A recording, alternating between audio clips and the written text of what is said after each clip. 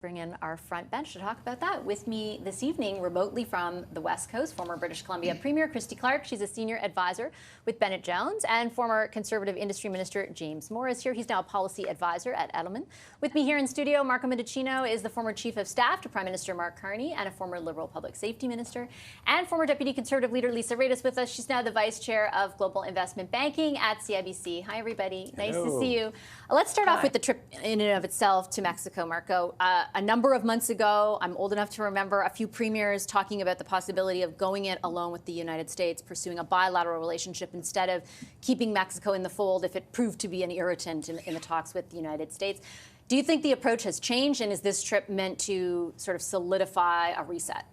Yeah, I think it has changed, and I do agree with your stated objective that this bilateral trip is important, it's significant, and it builds on the bilateral meeting that the Prime Minister had with President Sheinbaum at the G7. It was a bilateral that I was present for.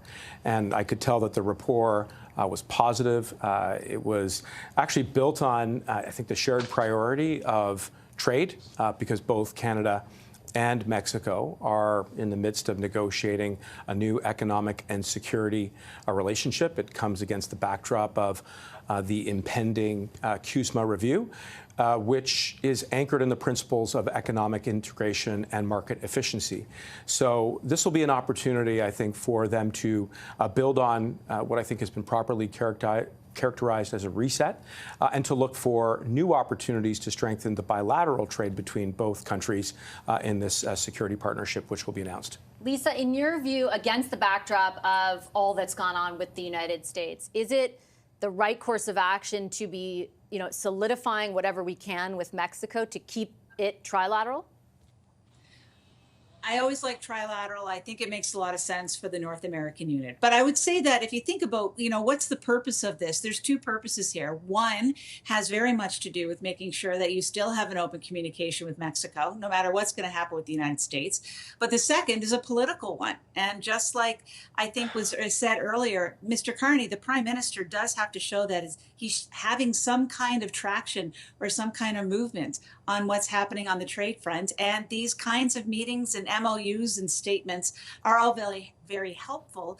But at some point in time, it actually has to show that it's a trade deal coming and that there's going to be an impact on Canadians. Christy, let me throw it over to you. What are your thoughts on the significance of Mexico, again, against the backdrop of all of the ups and downs with the United States? Yeah, well, I think it signals that, I think Lisa got it spot on there, that the Prime Minister really needs to start showing some wins because on the trade front. I think that it's important because of that. But I think also, though, it is consistent with his view that we need to diversify our trading partners around the world. Why not Mexico? We have always had a lot, not as much as we do with the United States, of trade with Mexico. So why wouldn't it be in both Mexico and Canada's interests to make sure that we are diversifying our economies in favor of each other? I think that that's going to be really important. It is regrettable, though, that we have had a conversation in Canada not very long ago where some of us said, maybe we don't need Mexico. Probably what Prime Minister Carney wants to do is repair some of the damage that was done from that, because it sounded like a great thing to say in Canada at the time, but I don't think it was heard as a very friendly comment south of the border, south of the American border in Mexico. Yeah, James, what are your thoughts? I mean, the comments primarily came from Ontario Premier Doug Ford to begin with, and they were most pronounced really coming from him. They were echoed to a certain degree by Alberta's Premier Danielle Smith. And then the door was left open to that possibility by then Prime Minister Justin Trudeau. Do you think ultimately that had an impact? As Chrystia Freeland leaves cabinet, I hope in part of her exit interview with Prime Minister Carney, one of the things that she will brief him on is the way in which Mexico treated Canada in the negotiations of the Canada-U.S. Free Trade Agreement, right? Mexico threw Canada under the bus. Donald Trump divided and conquered over Canada and Mexico, signed a U.S.-Mexico Free Trade Agreement, and then Canada was sort of sistered into the agreement with some changes. So Mexico did Canada no big favors. Now, that was under President Obrador, not under President Sheinbaum. But President Sheinbaum is a protege of President Obrador. And so we need to be very careful. So that's why Prime Minister Carney being there is appropriate.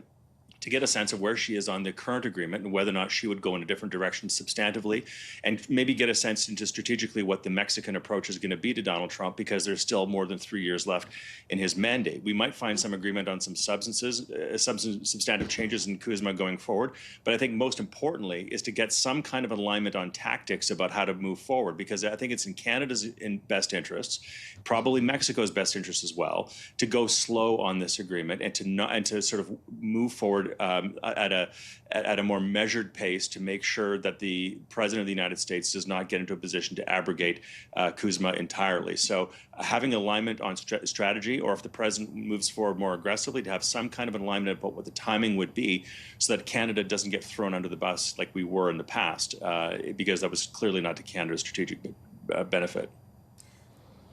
Marco, let me ask you a little bit about sort of just jumping off of James's point, sort of the status of things with the United States, because the information we're getting is basically like a clip today from Pete Huckster, the ambassador, saying, we took offense to elbows up, or a few days ago saying, likely some sort of interim deal isn't going to materialize.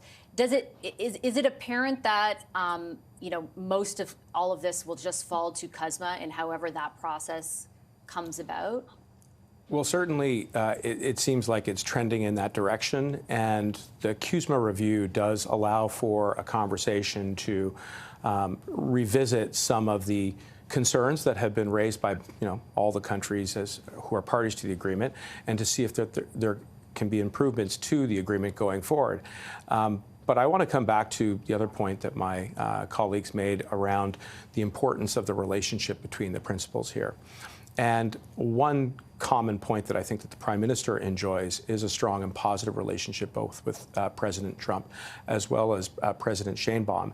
And being in Mexico City, spending a significant amount of time to reset the relationship, to look for opportunities to expand the bilateral trade relationship between the two countries when it comes to things like agriculture or critical minerals, or partnering when it comes to security and enforcing against precursors, which have been an irritant and a concern when it comes to our relationship with the United States, so that we can show a common and united front when it comes to combating organized crime, is a way for us to both, again, strengthen that relationship with Mexico, but also dovetail that as part of the ongoing rationale for having a trilateral trade agreement with all three countries. How difficult, Lisa, is it, though, to strike the right, public-facing tone, tenor, communications around this when you are up against the unpredictability of Trump? And by that, I mean, our countries have not taken the exact same approach to Trump. They may value the relationship in the same way,